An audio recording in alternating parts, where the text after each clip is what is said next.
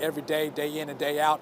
But this service inside, it gave us a look at their character. We got a glimpse of who these firefighters were and why so many people are showing up to pay their respects. Let's begin with Lieutenant Kelsey Sadler, now who will be remembered by her family for her strong words, her strong feelings, and strong hugs. Now, her sister was moved to tears remembering those hugs that she used to give out to her family members. Now, folks within the department, they shared how she was one of the women that could hold her own against the guys, sometimes even beating them out, and they called her a line stretcher better than most of the men in uniform. She had a tattoo on her wrist reminding her the importance of loyalty and the importance of the mission and being loyal to her calling. And Lieutenant Paul Butrim, he was honored for saving a child back in 2015 that was stuck inside of a fire. And as a person, we learned about his sense of humor, how he played pranks on his colleagues. One in particular that really showed us just how much of a jokester he was. A devoted Boston Red Sox fan, a hockey lover, and an avid camper who on the brighter side, was reunited with his son. Now, he lost his son about 3 years ago, and his wife, who he left behind, is, as you can imagine, really struggling with that loss. And to Kenneth Lacayo, he was getting his life started with his fiancee. He had 3 loves, she said. His love for his fiancee, Clara, his firefighting family, and his family. The city of Baltimore, they owe them a great deal of gratitude. Mayor Brandon Scott, Governor Hogan, they all shared just what an impact they had on the city of Baltimore. Though this is a tragedy, it's bringing so many people together to pay their respects to those who gave their last. But we're going to give you much more coverage coming up tonight at 5. But for now, live in Baltimore, Kendall Green, WMER2 News.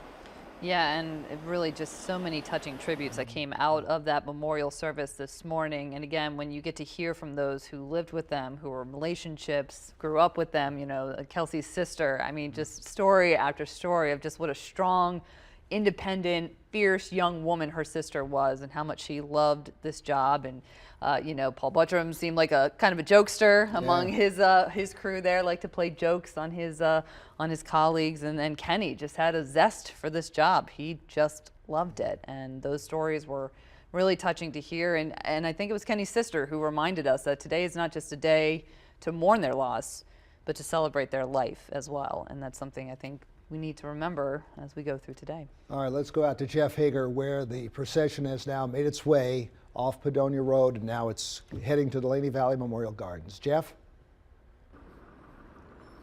Well, Jamie, you're looking here live at Dulaney Valley Memorial Gardens, where people had waited for hours, the young and old. Videographer Bill Fink's going to push over now some of the first fire engines arriving at the front of this procession.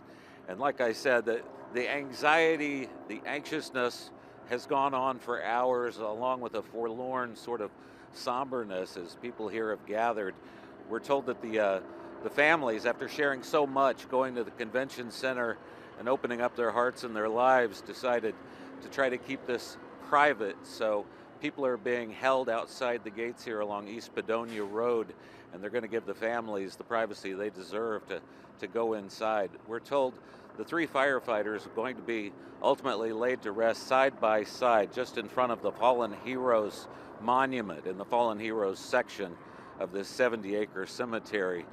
And that will bring, I think, the total now up to 77 over more than 40 years. 77 first responders and correctional officers who've all died in the line of duty, who are going to find their final resting place here.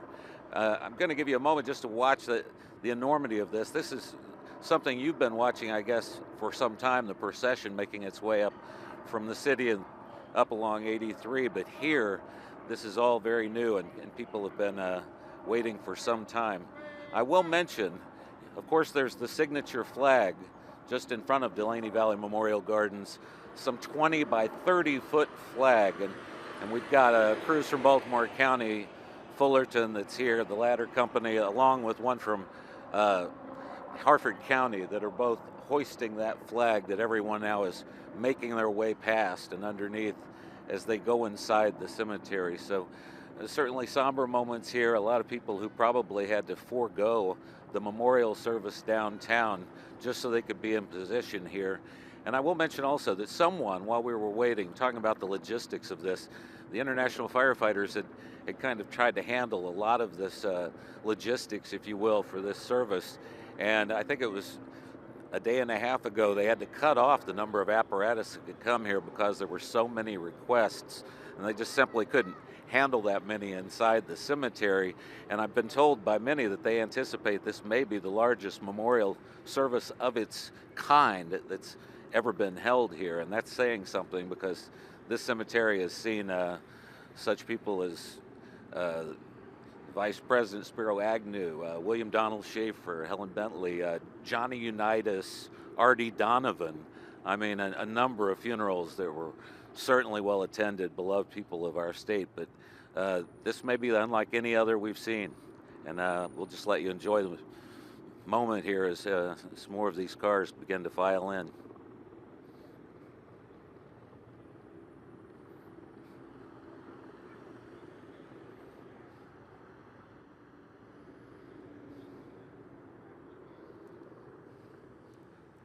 Jamie and Megan, you probably have a better idea than I. Do we have any idea how far this procession stretches back?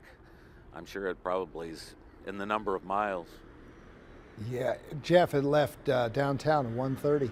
Now it's 2:35, and they're still coming. The Beltway is back open. It just reopened about 5 minutes ago, so. Yeah, so they're down right at where 83 meets 695. I see them in one of the MDOT cameras here, still processing up towards Padonia Road there. So yeah, this procession definitely one for the record books, absolutely. Which unfortunately, because we are laying to rest 3 of our city heroes today. Jeff, have you seen a lot of people come right out to the Padonia Road as you were traveling in with Bill today?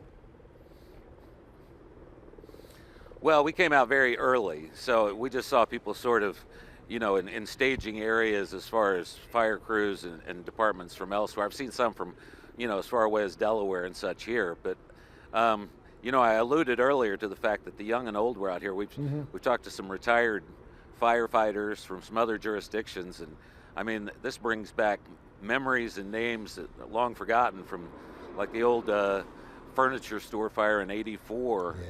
And I talked to one guy whose great-grandfather was a chief during the Great Fire in Baltimore back in 1904, and then there was a young couple out here with an 8-year-old daughter, and they said they didn't want her to miss this, that they wanted to impress upon her the sacrifice and exactly what it means, and they're convinced that she won't forget what she sees here today for the rest of her life. So certainly this is something that not only are we sharing the pain and kind of our hearts blending in the community, but people everywhere touched really by this.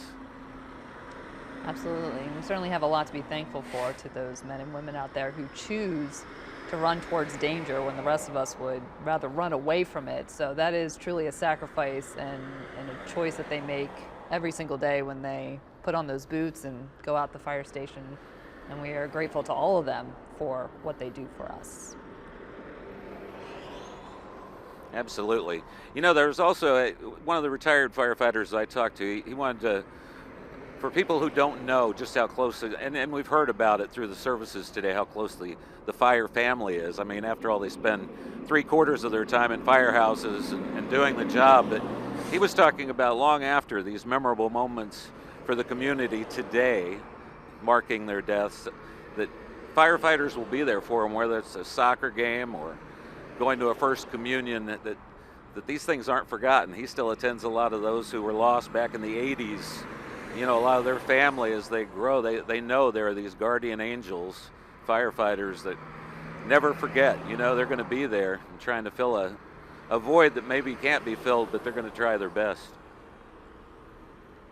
Yeah, very touching indeed. All right, Jeff Hager, live outside of the Dulaney Valley Memorial Gardens, once again taking a live look here at the procession as we honored those 3 Baltimore City firefighters who died in the line of duty. And I've just been informed by John O'Leary, who runs the Annapolis St. Patrick's Day Parade, that John McMaster has been named First Responder of the Year, and he will be the honored guest. He will lead the parade on March the 6th in Annapolis. Is that an honor?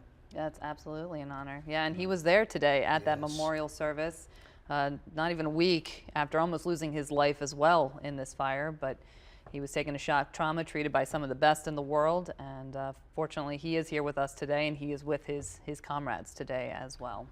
It has been a tough day on all of us. We thank you for joining us and spending your morning with us for the memorial service and, of course, the procession, which is now wrapping up at Padonia Valley, And of course, Dulaney Valley Memorial Gardens. And we're going to have full coverage of today's events at WMAR2news.com and also WMAR2 News at 5 and 6 tonight. So we'll hope that you join us then. For now, take care, and we'll see you soon.